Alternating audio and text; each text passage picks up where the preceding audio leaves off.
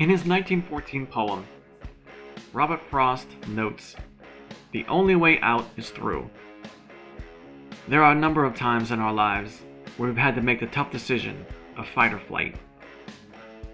In Genesis 16, we encounter an absolute crazy story.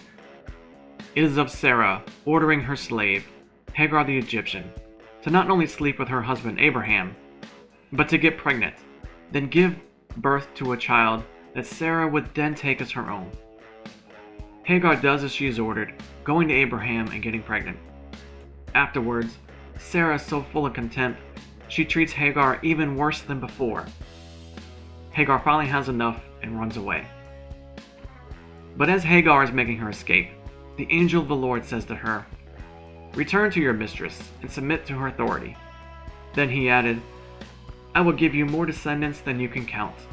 Hagar doesn't respond, probably because she's in shock at the suggestion.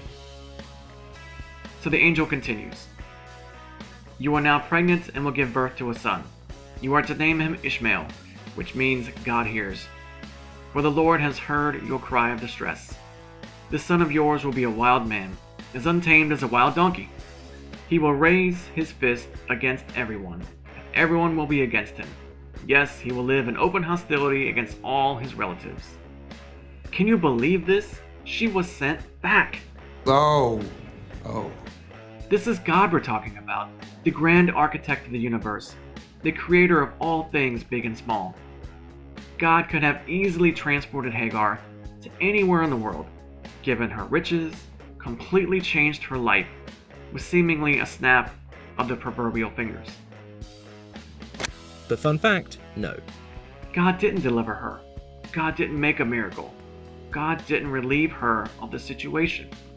She remained a slave under harsh treatment for many years. Fast forward to Genesis 21, and Sarah now has her own son, Isaac. Once Isaac was weaned, the rivalry between her and Hagar rears its ugly head again. Sarah has Abraham kick out Hagar and Ishmael, banishing them to the desert with only minimal supplies. We pick up the story in verse 15. When the water in the skin was gone, she put the boy under one of the bushes. She then went off and sat down about a bow shot away, for she thought, "I cannot watch the boy die." And as soon as she sat there, she began to sob. God heard the boy crying, and the angel of God called to Hagar from heaven and said to her, "What is the matter, Hagar?